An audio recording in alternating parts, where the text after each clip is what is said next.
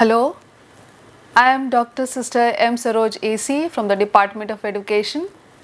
Today I am going to talk about the skill of closure, an important skill in the teaching and learning process. Achieving closure is similar to a stage known as recapitulation in the Herbartian steps, according to which it is a process of associating new facts with the old knowledge, applying new knowledge in various situations, and ensuring repetition of the facts in the best possible way. The new knowledge and facts are repeated not mechanically, but are reviewed from various points of view for developing insight into their meanings. It is generally necessary to use this skill at convenient points during the lesson for definite summing up and revision of the meaningful facts taught. This can be termed as sectional recapitulation. Sometimes it may be useful to give a general revision towards the end of a lesson. It may be termed as final recapitulation. According to Gestalt psychology, complex learning like problem solving or concept formation can be brought about only when the various bits of information are structured and reviewed as a whole. A concept or phenomenon cannot be understood by merely studying various precepts or the elements around which it is built. It should be reviewed as a whole. Let us take a look at the importance of this skill. It gives the teacher the opportunity to evaluate the extent of realization of the objectives which were set by the teacher before the beginning of the class. It is an opportunity for the teacher to evaluate the effectiveness of the learning experience that has been provided by her in the class. Closure provides psychological satisfaction to the teacher when she finds out that she has achieved the objectives she has set for herself, and also that the teaching and learning experiences that she had provided in class are successful. The synthesis of the main points covered into a meaningful whole prepares the mind of the students for the next lesson.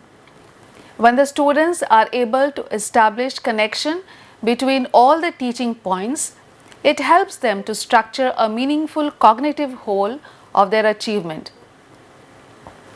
It gives the students the ability to apply to a new situation, and they feel satisfied of their achievements. Description of the skill of achieving closure. There are 4 components of the skill of closure: consolidation of the major points by the teacher and or the pupil, providing opportunities for the pupils to apply the new knowledge to various new situations, linking the pupils' new knowledge gained during the lesson with the previous knowledge, linking the pupils' new knowledge gained during the lesson with their future learning. Let us take a look at these one at a time. The first is consolidation of the major points by the teacher and or pupils. This involves synthesizing the main points covered during the lesson into meaningful whole. This can be done either by the teacher with or without the involvement of the pupils, or by the pupils alone.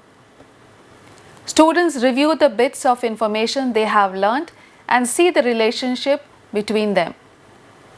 This is not mere recollection of the main points, but looking at them in a broader perspective to derive more meaning. This brings to light what students have grasped or any gap in the pupil's understanding. Let us look at this with an example. Here the teacher is using question-answer questioning approach. She asks, what beliefs prevailed among people about the earth? What do the old legends say about the shape of the earth? What other beliefs prevailed regarding the location of the earth? So you can see that the teacher has tried to cover all the teaching points in the questions that she asked related to the chapter on shape of the earth. We take a look at another example. Here the teacher is using the blackboard. The teacher draws flowchart as she herself sums up the main points. The chapter is on canals. She recapitulates the points related to where can canals be built. Wherever there are many rivers, the land is flat without any undulations. Next, the teacher moves on to the uses or importance of canals. Here she emphasizes that dams are built across canals. These dams are an important source of water supply, enables generation of hydroelectricity and helps in controlling floods. So we see the teacher has very efficiently recapitulated the important points. Please note that this can be done with the help of the pupils also.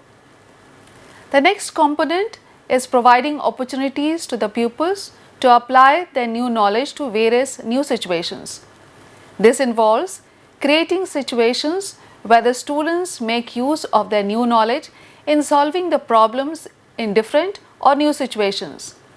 By this, both students and teachers know whether or not the students have understood what has been taught in the class. Helps the teacher in locating the gaps when she does not get adequate response from the students or they are not able to apply the knowledge to new situations. This involves testing situations where both the teacher and pupil get an immediate feedback. This testing situation can include approaches like question and answer, use of diagrams, charts, etc. Let us understand this with the help of an example. The teacher has just completed a chapter on good and bad conductors of heat. She proceeds to ask the students some questions like, we have studied good and bad conductors. Give some examples of good conductors. She may get answers like iron and silver. She further asks, give examples of bad conductors. Wood, leather, she may get answers. Why do we find that in winter, iron bars of windows are very cold to touch, but wooden panes are not? The pupils may answer, because iron is a good conductor of heat.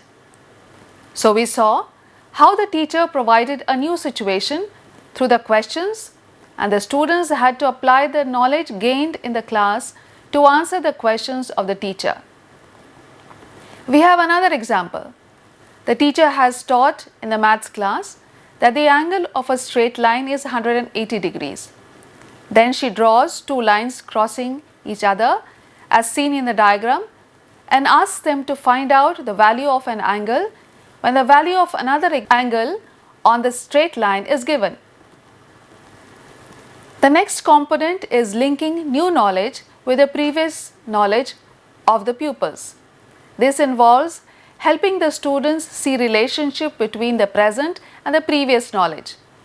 New knowledge should be linked with the apperceptive mass. Apperceptive mass is a whole of the previous experience that is used in understanding a new precept or idea. We understand this linking new knowledge with the previous knowledge of the pupils through an example. The teacher has already taught the students about Akbar, his religious and administrative policies. Now she makes a contrast between the policies of Aurangzeb, which is the new knowledge. She may use a chart as shown in the diagram, or she can do it without it also. We find that Aurangzeb was a conservative. He hated the Hindus, he ruined temples, built more mosques, whereas Akbar was a liberal. He liked the Hindus, married Hindu women, had many Hindu ministers, built both temples and mosques. Let us now look at the administrative policy. Aurangzeb was suspicious of his subordinates, while Akbar had great faith in his subordinates. So we saw in the example, the teacher helped the students to link the new knowledge, that is the administrative and religious policy of Aurangzeb, with the religious and administrative policy of Akbar, which is the previous knowledge. The last component of the skill of closure is linking new knowledge with future learnings. Future learning refers to the home tasks or assignments For this to take place, the assignment should be appropriate. The assignment given by the teacher should suit the maturity level of the students, should provide opportunity for the pupils to apply or use new knowledge in new situation, should involve higher mental processes than just recall. Assignments can be in different forms: broad questions or objective type questions, or it may require students to find solutions to problems posed in the form of experiments or solutions to current problems. It may require pupils to prepare charts, diagrams, etc. We see some examples of assignments of higher order. After a class on the shape of the earth, the teacher may give an assignment such as: write 5 sentences about the contribution of each of the scientists Aryabhat, Copernicus, Galileo and Newton to know about the shape of the earth and its movements.